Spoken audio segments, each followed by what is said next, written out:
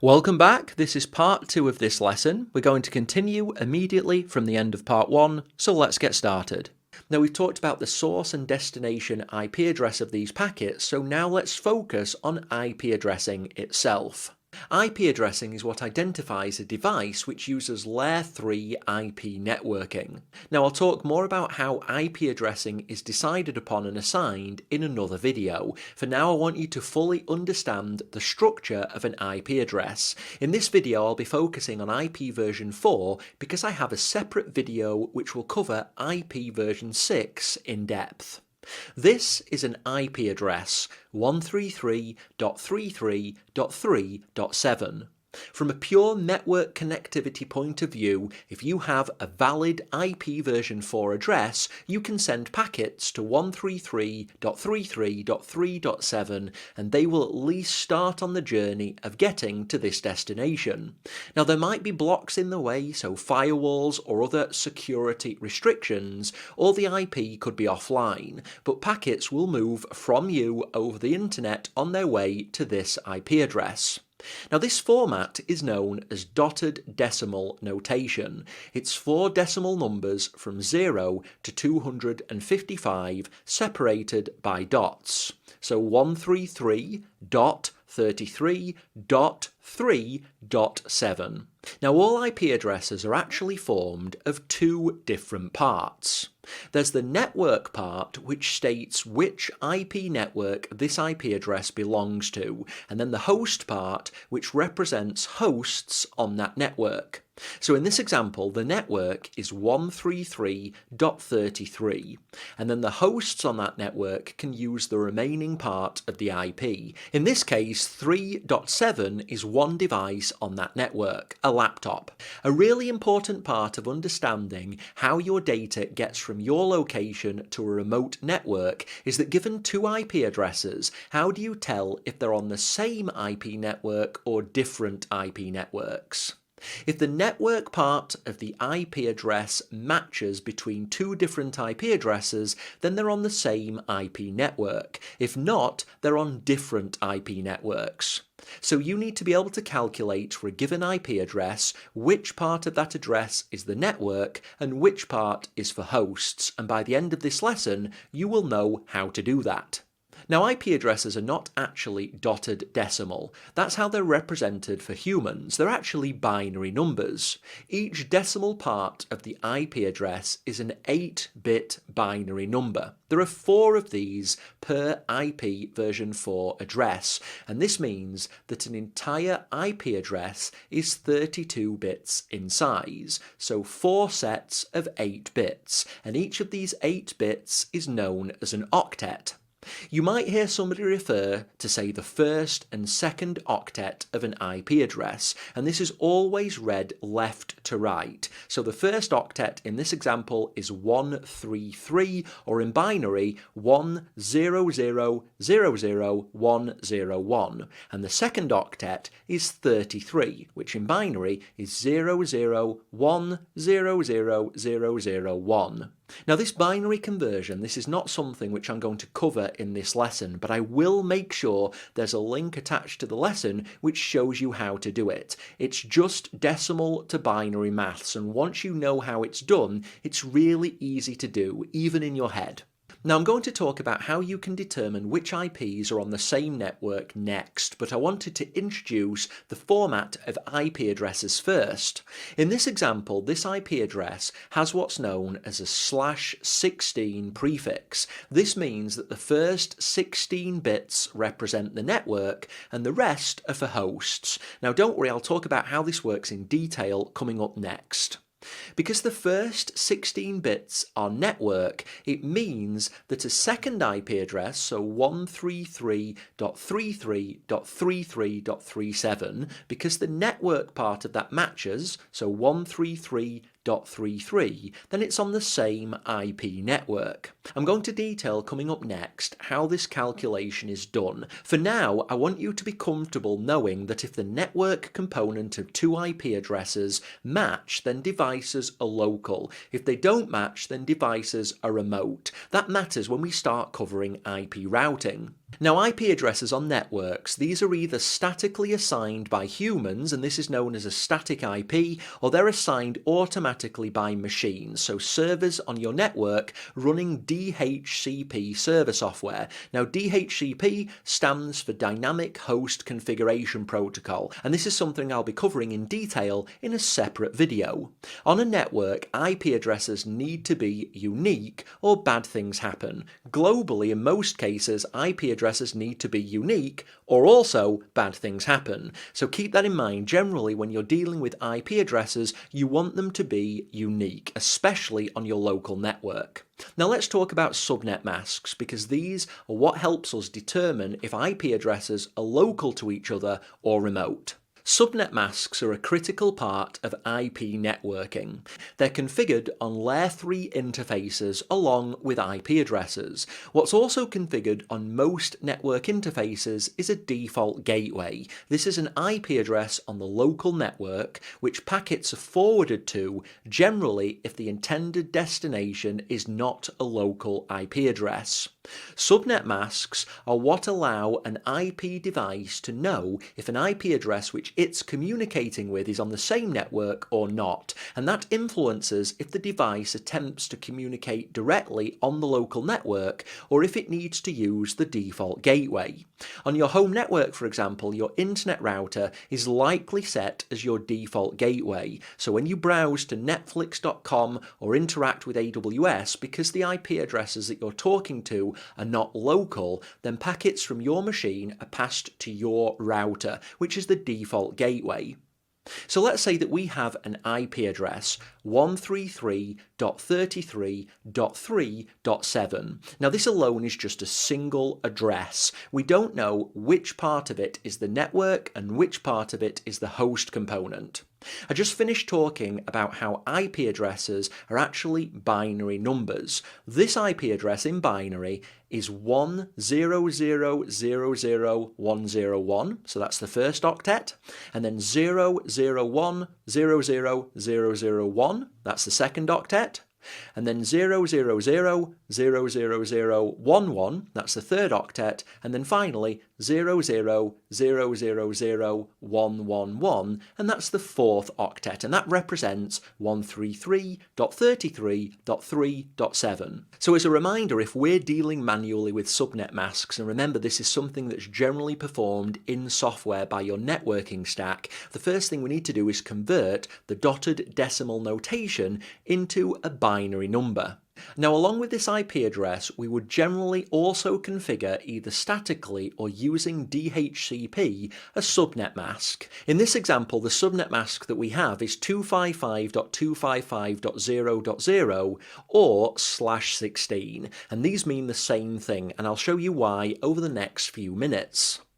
A subnet mask represents which part of the IP is for the network. It helps you, or more often a machine, know which part of an IP address is which. To use a subnet mask, you first have to convert it into binary. So 255.255.0.0 is this in binary. We convert it just like an IP address.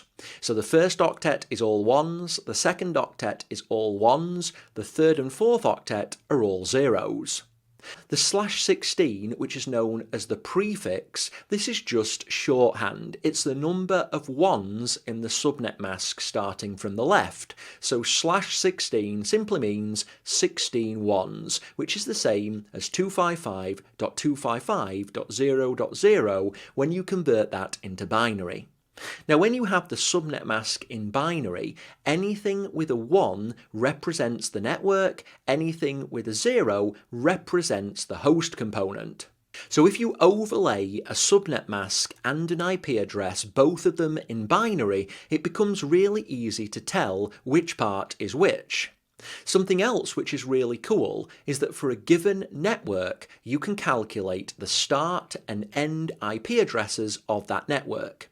Take, for example, the IP address that's on screen now, so 133.33.3.7. Well, we've converted that into binary, and we've also converted the subnet mask of 255.255.0.0 also into binary, so that's in blue right below the binary IP address.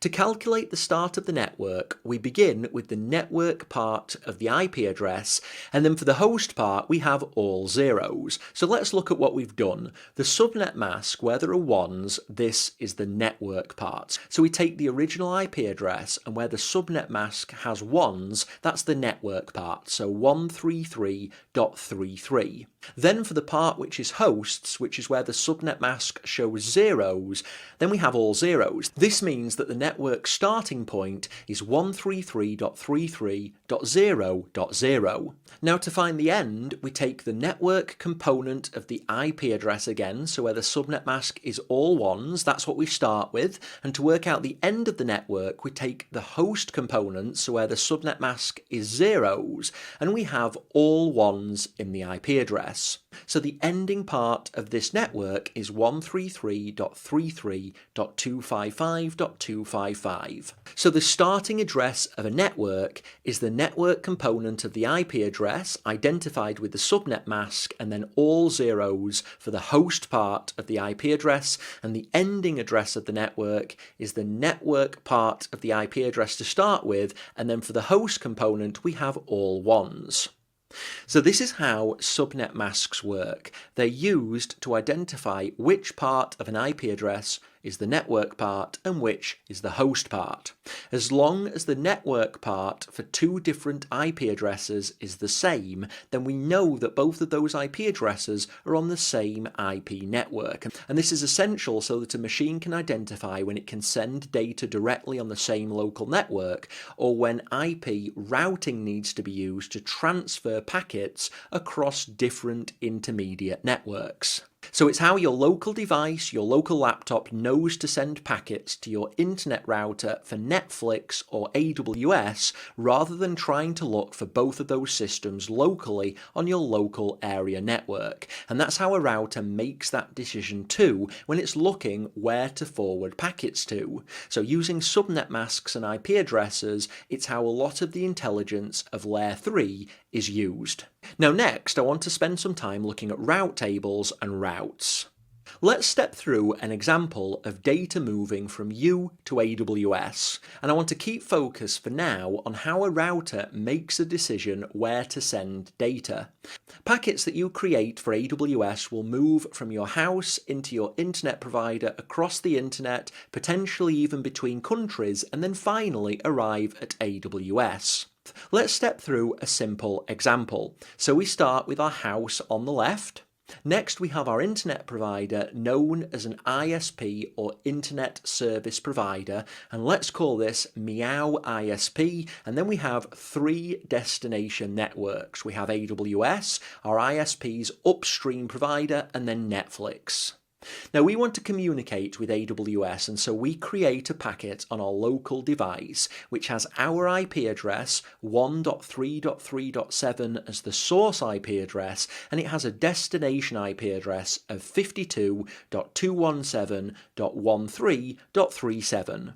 Now you're going to have an internet router within your home, and this is where your device will send all of its data through. That router has what's known as a default route, which means all IP traffic is sent to it on its way to Meow ISP.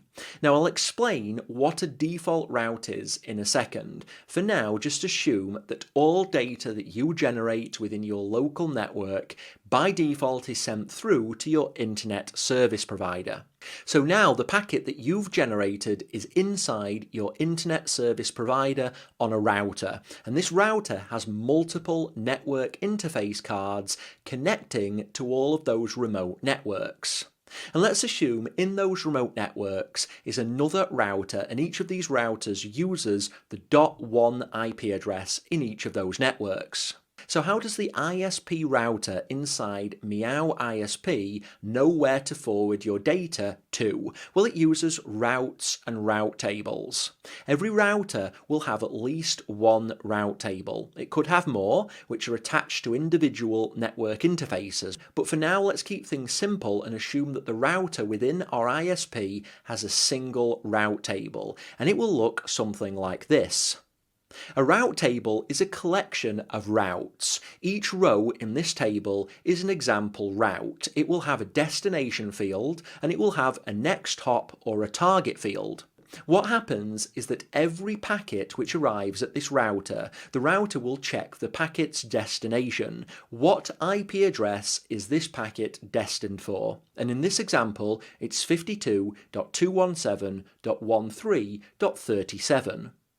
Now at this point, the router will look for any routes in the route table which match the destination IP address of this packet. If multiple routes match, then it will prefer ones which are more specific.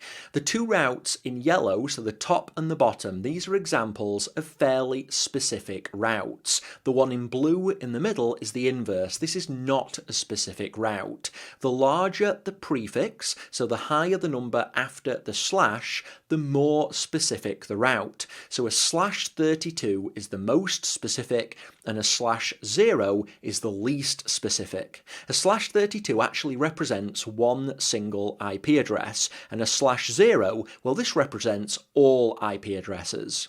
A /24 means that the first 24 bits are for the network and the last 8 bits are for the host. So this matches a network of 256 IP addresses.